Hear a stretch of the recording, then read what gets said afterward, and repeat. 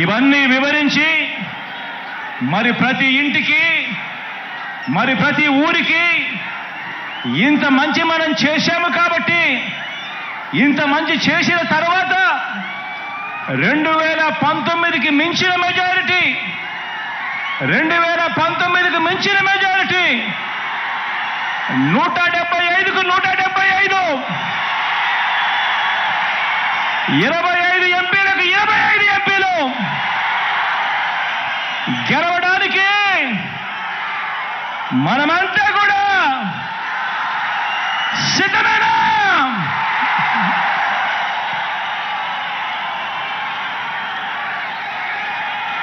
నా ప్రసంగం ముగించే ముందు ఒక్క మాట చెబుతున్నా.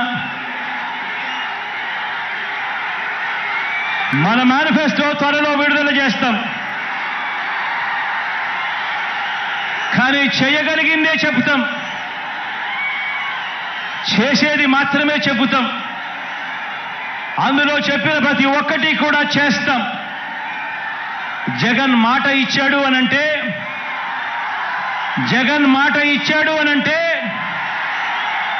తగ్గేదే లేదు అని కూడా ఈ సందర్భంగా చెప్తా ఉన్నాను.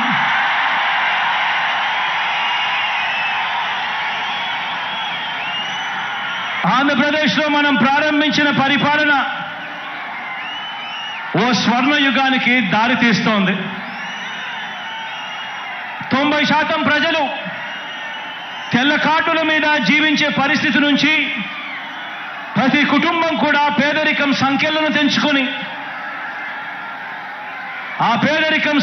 తెంచుకొని వాళ్ళు అడుగులు ముందుకు వేసే పరిస్థితి రావాలన్నది నా కల. అలా చెయ్యాలన్నది నా లక్ష్యం. ప్రతి ఒక్క ఇంటి నుంచి క్వాలిటీ చదువులు, గొప్ప చదువులు, అంతర్జాతీయ స్థాయి చదువులు చదివేలా ప్రతి పేద పిల్లాడికి కూడా అవకాశం కల్పించడం, అలా అవకాశం కల్పించి ఆ పేద పిల్లల బ్రతుకులు మార్చాలన్నది నా కల. అది నా లక్ష్యం. ప్రతి అక్క చెల్లెమ్మ తన కాళ్ళ మీద తాను నిలబడేట్టుగా, ఆ అక్క చెల్లెమ్మ ముఖాన ఎప్పుడూ చిరునవ్వులే ఉండాలన్నది నా కల. అది నా లక్ష్యం. ఏ ఒక్క రైతన్నా కూడా వ్యవసాయం వల్ల నష్టపోయాననే చెప్పే పరిస్థితి రాకూడదు. వ్యవసాయాన్ని పూర్తిగా మార్చాలన్నది నా కల. అలా చెయ్యాలన్నది నా లక్ష్యం.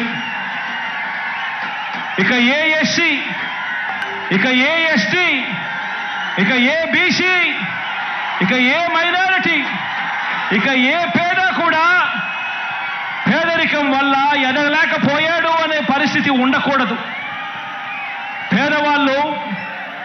పేదవాళ్లకు సమానమైన అవకాశాలు వారికి రావాలి. కావలసిన సాధికారతలన్నీ కూడా వాళ్లకు కల్పించగలగాలి. అలా చేయగలిగితేనే వారి ప్రపంచం మారుతుంది. అలా మార్చాలన్నది మీ బిడ్డ కళ, మీ బిడ్డ సంకల్పం, మీ బిడ్డ లక్ష్యం అని చెప్పి ఈ సందర్భంగా తెలియజేస్తా ఉన్నా. వైద్యం కోసం ఏ ఒక్కరూ కూడా మరణించే పరిస్థితి రాకూడదు. వైద్యం కోసం ఏ ఒక్కరూ కూడా అప్పుల పాలయ్యే పరిస్థితి రాకూడదు. వైద్యం కోసం ఏ ఒక్కరూ కూడా ఆస్తులు అమ్ముకునే పరిస్థితి రాకూడదు. అలా చేయాలన్నదే నా కల. ఆ దిశగా అడుగులు వేసేదే నా లక్ష్యం. వీటి అన్నింటినీ కూడా నెరవేర్చే దిశగా అడుగులు వేయటానికి మాత్రమే మీ బిడ్డకు అధికారం కావాలి. ఈ సందర్భంగా నేను ఒక్కటే చెప్తా ఉన్నాను. లంచాలు, వివక్ష లేని వ్యవస్థ ఏర్పడాలన్నదే నా కల, నా లక్ష్యం.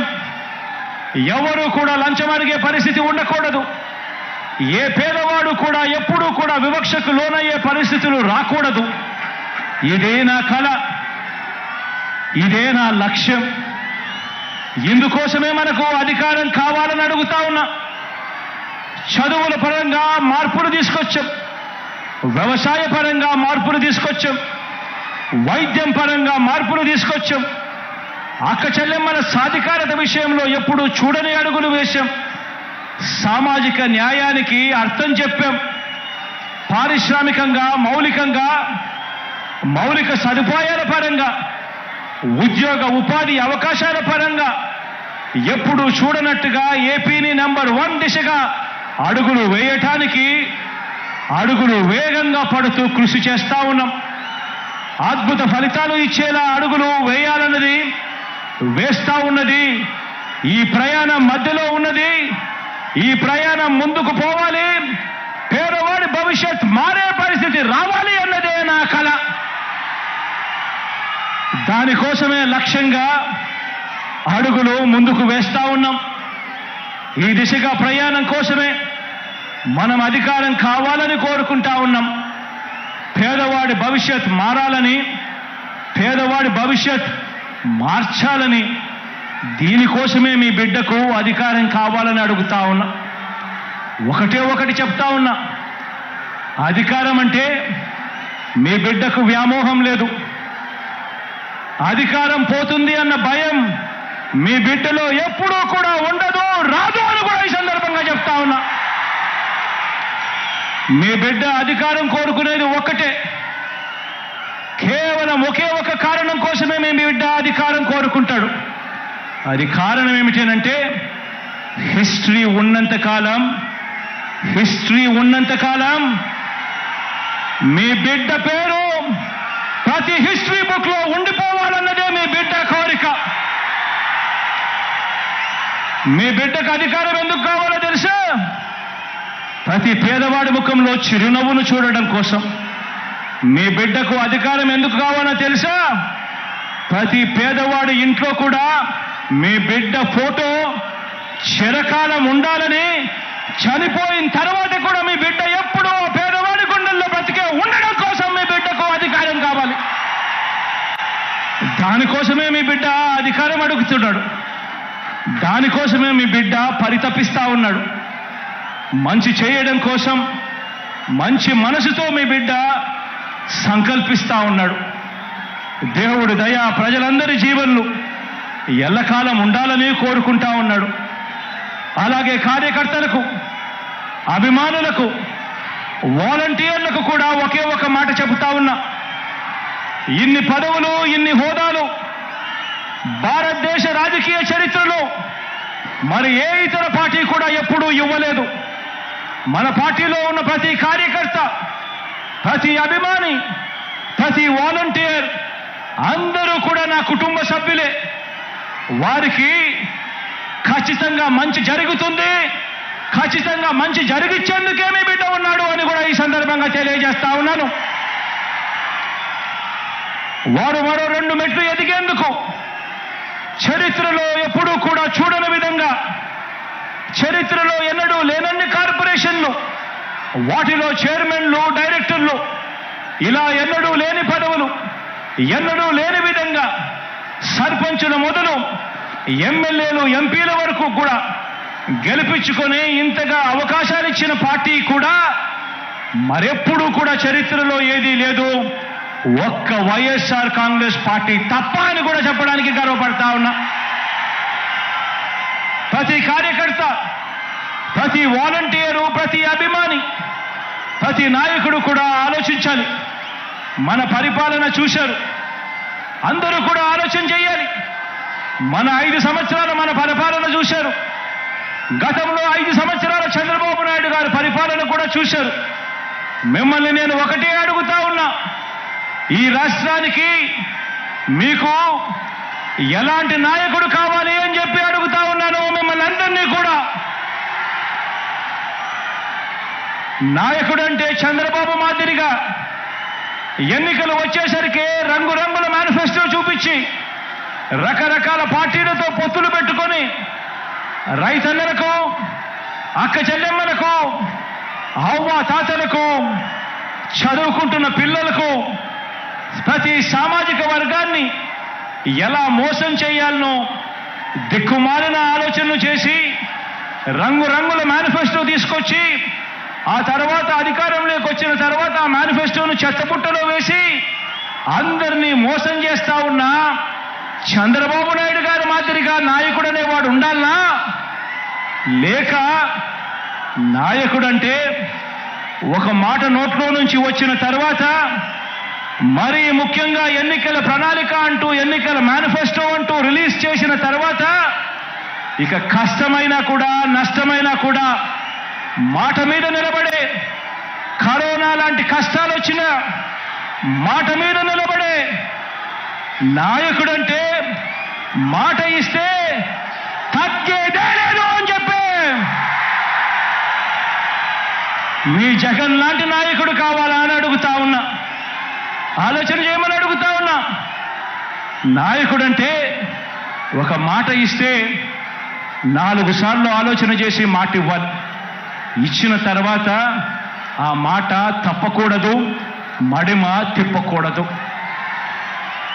ఈరోజు నేను గర్వంగా కూడా చెప్పగలుగుతా ఉన్నాను, ఏకంగా 99% మేనిఫెస్టోలో ఇచ్చిన హామీలన్నీ నెరవేర్చాం కాబట్టి ప్రతి కార్యకర్త కూడా ఈరోజు ప్రతి ఇంటికి మన మేనిఫెస్టోను ప్రతి అక్కకు ప్రతి చెల్లెమ్మకు చూపించి, అక్క మీరే చూడండి 99% వాగ్దానాలు అమలు చేశాడు మా అన్న, మా వైఎస్ఆర్ కాంగ్రెస్ పార్టీ అని చెప్పి ఈరోజు ప్రతి కార్యకర్త కూడా ఇంటికి వెళ్ళి చెప్పే పరిస్థితి, ప్రతి వాలంటీర్ ఇంటికి వెళ్ళి చెప్పే పరిస్థితి, ప్రతి నాయకుడు ఇంటికి వెళ్ళి చెప్పే పరిస్థితి. ఇది నాయకుడంటే, ఇది పార్టీ అంటే అని చెప్పి కూడా ఈ సందర్భంగా తెలియజేస్తా ఉన్నా. నాయకుడంటే ప్రతి కార్యకర్త కూడా కాలర్ ఎగిరేసి అదిగో మా నాయకుడు, అలాంటి వాడే మా నాయకుడు అని ప్రతి కార్యకర్త కూడా కాలర్ ఎగిరేసి చెప్పుకునే విధంగా నాయకుడు అనేవాడు ఉండాలి.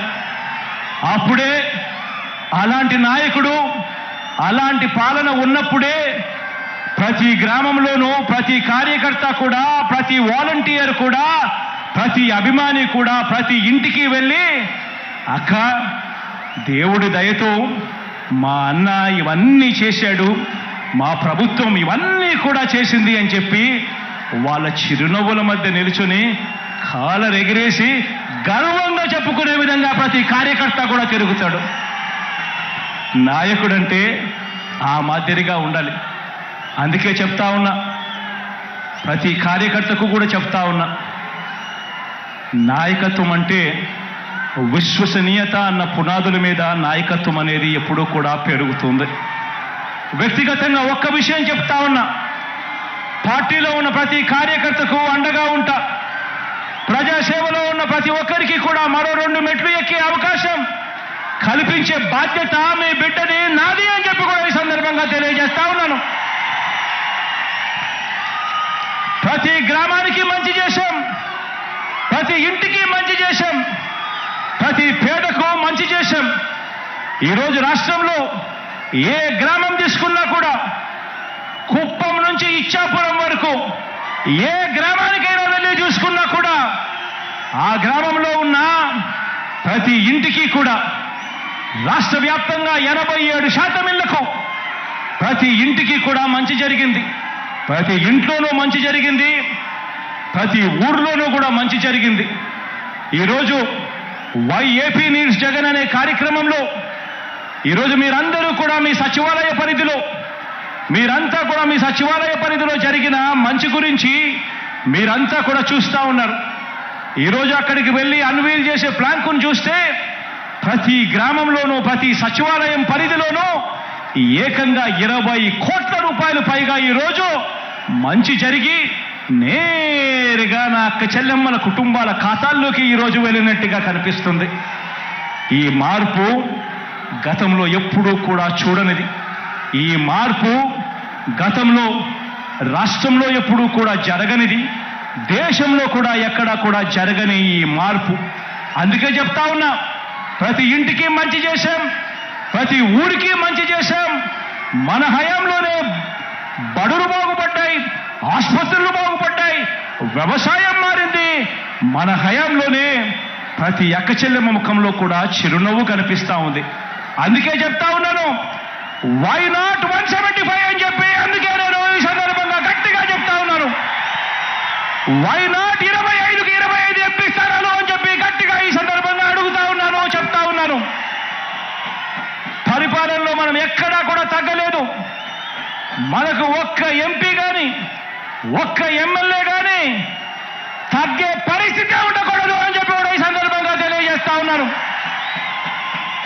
ఇవి కేవలం ఎమ్మెల్యేలను ఎంపీలను మాత్రమే ఎన్నుకునే ఎన్నికలు కావు. ఈ ఎన్నికలు ఇప్పటి వరకు ఈ 5 ఏళ్ల కాలంలో ఇంటింటికి కూడా మనందరి ప్రభుత్వం అందించిన సంక్షేమము, అభివృద్ధి పథకాలు కొనసాగలేనే మనకు వాటిని రద్దు చేయటమే టార్గెట్గా పెట్టుకొని డ్రామాలు ఆడుతా ఉన్న చంద్రబాబుకు మధ్య జరిగే యుద్ధం ఈ ఎన్నికలు అని కూడా ఈ సందర్భంగా తెలియజేస్తా ఉన్నాను. ఈ యుద్ధంలో పేదలు ఒకవైపున ఉంటే పెత్తందారులు మరోవైపున ఉన్నారు. పెత్తందారులను ఓడించి పేదల ప్రయోజనాలను కాపాడేందుకు మీరంతా కూడా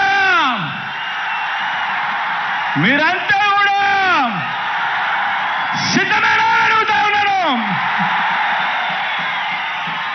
ఈ యుద్ధం మాట ఇచ్చి నిలబెట్టుకున్న మనకు మాట తప్పడమే అలవాటుగా ఉన్న వారికి మధ్య ఈ యుద్ధం, ఇది విశ్వసనీయతకు వంచనకు మధ్య జరుగుతా ఉన్న యుద్ధం.